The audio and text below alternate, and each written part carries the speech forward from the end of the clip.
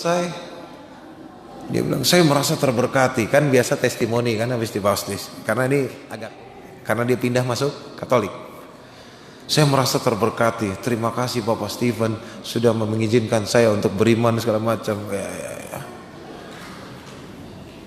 Itu asli bikin saya mikir loh. Terus dia aja udah milih untuk berada di mana. Ada di bagian buku yang paling belakang itu agak-agak berat untuk dibaca tentang akidah. Padahal dia bahas cuman 3 lembar tentang akidah. Ini ada di buku pelajaran anak SD. Itu anak SD tanyain tuh. Mana tuh anak SD banyak. Tadi, nah ini satu. Ya, tanya mereka. Allah dulu, Allah sekarang, Allah kemudian. Bagaimana kita mendahulukan hanya semua kepentingan kita untuk Allah. Semua peribadatan kita lakukan pembaca yang budiman, tulisan tahun 70-an. Jadi masih pakai bahasa itu. Pembaca sekalian yang budiman. Baca aja. Setelah buku ini kalian baca sampai di bab ini, tentunya kalian sudah sholat tanpa segala macam ya. Ini kurang-kurang lebih bahasanya. Halus sekali Pak Muhammad Rifai itu. Maka pastikanlah hati kalian bahwasanya kalian sholat dan melakukan peribadatan apapun hanya karena Allah, bukan karena yang lain. Ini akidah. Saya nggak tahu karena di Katolik itu nggak ada akidah. Katolik nggak ada akidah ya. Katolik nggak ada tauhid, nggak ada akidah, ya, nggak ada fikih. Ya, jangan disama-sama ini, hati-hati ya. Lalu mereka tidak ada kajian tentang ikhlas, tidak ada. Sabar, tidak ada. Husnuzon, tidak ada. Suuzon ada di sana, tapi husnuzon nggak ada. Ya, ini hebatnya Islam. Ternyata setelah dibaca ke belakang, harus milih ternyata. Nggak boleh hidup di 2 alam. Ya, itu 2 alam ya. Pindah-pindah nggak jelas. ACDC itu kacau itu. Satu di alam yang sebelah sini, nanti pindah sini, doanya aja dicampur-campur. Tidak akan diterima doa yang tercampur dengan kesyirikan. Apa itu syirik? Ada. Menduakan Allah, meminta kepada selain Allah, berdoa kepada selain Allah. Wah, lah gua nih. Itu makin bikin penasaran ya.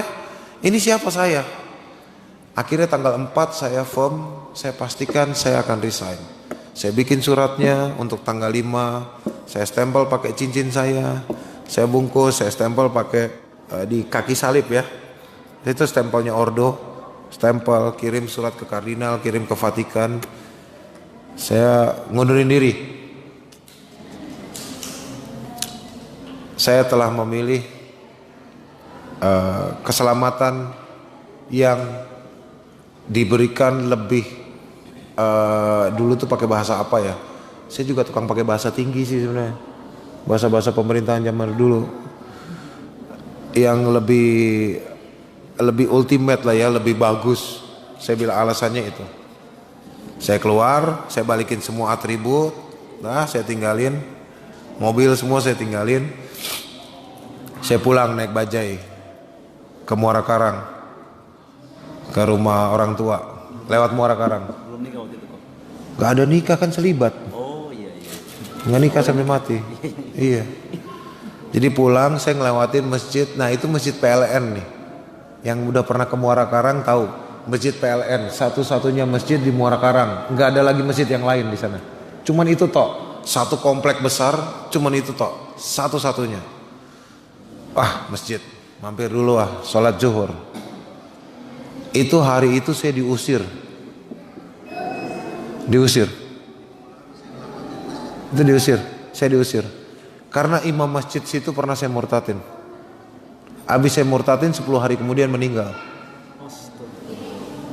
Jadi saya diusir sama ketua DKM-nya. Masih diingat? Saya ingat itu kejadian. Karena itu cukup memalukan. Pura-pura pakai peci. Aduh, peci boleh baru beli lagi. Akhirnya saya pulang ke rumah, laporan ke orang tua, ya cuman ngomong aja ya, "Pih, saya masuk Islam." Udah aja. Udah. Wah, dia marah, diusir, selesai. Ya, ngegembel habis itu.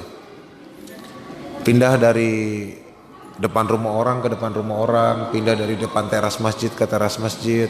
Karena masjid rata-rata digembok, pagarnya digembok. Jadi kunci, ya kalau pagarnya nggak digembok cuma dikunci, saya tidur di terasnya. Pindah lagi dari pasar ke pasar, tidur di pasar, di los tukang buah, tukang sayur, bukan anget ya, kayu. Jalan setahun itu, hidup ngegembel. Di pinggir jalan segala macam itu kalau lagi tidur bangunnya pagi-pagian. Kalau enggak itu gembel tuh suka ngencingin gembel. Ini nggak tahu nih kepercayaan dari mana tuh gembel. Kalau dia ngencingin gembel yang lain, dia akan sukses duluan, lolos dari kegembelannya. Jadi ya, gue pernah dikencingin gembel pak. Ini apaan sih gembel ngencingin gembel? Nggak bener banget. Ternyata mereka percaya itu. Kalau saya ngencingin gembel bisa, berarti saya sukses duluan dari gembel ini gitu. Whatever lah. Kerja di pelabuhan, kerja nyuci piring di warteg tuh kalau pagi tuh bantuin masak cuci piring, nanti dapat nasi, telur, kuah telur tuh yang pakai kecap. Terus dikasih sambal sama gorengan dah, sama kerupuk.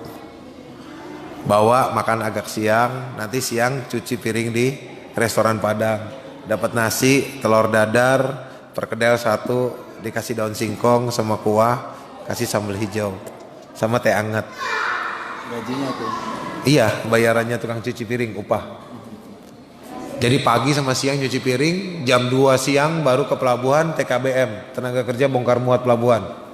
Mikul-mikul itu. Karena sekitar 700-800 meter ya antara kapal sama gudang. Per satu karung yang 50 kilo itu 5.000 rupiah bayarannya. Dipotong sama upeti mandor 1.500 perak, jadi 3.500. Ya alhamdulillah dari situ kuat pak, dari situ badan kuat, dari situ belajar kuat. Setelah setahun Allah pindahkan saya kerja jadi office boy. Itu perkara bisa bahasa Inggris tuh. Jadi office boy. Jadi office boy plus merangkap menjadi penerjemah. Jadi kalau udah bikinin kopi, teh, taruh, duduk aja di situ di ruang tamu sama bos. Berapa tamu tuh bilang, "Kamu penerjemah di sini?" "Iya, Pak." "Perusahaan ini nggak bisa ngegaji orang lain apa selain office boy-nya?" "Bisa, Pak. Cuma di sini kayaknya mah semua karyawan bisa bahasa Inggris." "Hah?" "Iya.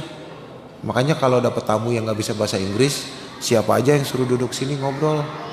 Oh, itu sarkasme gaya aneh. Nah, jadi office boy di situ, alhamdulillah setelah 6 bulan bos saya angkat, "Udah kamu kuliah." Bayarin. Alhamdulillah. Itu cara Allah naikin ya derajat manusia. Makanya saya bilang kalau saya yang nemuin Islam, saya akan kufur saya. Saya kufur. Saya kufur sama Allah. Allah yang nemuin saya pak, Allah yang bantu saya dari awal. Dari awal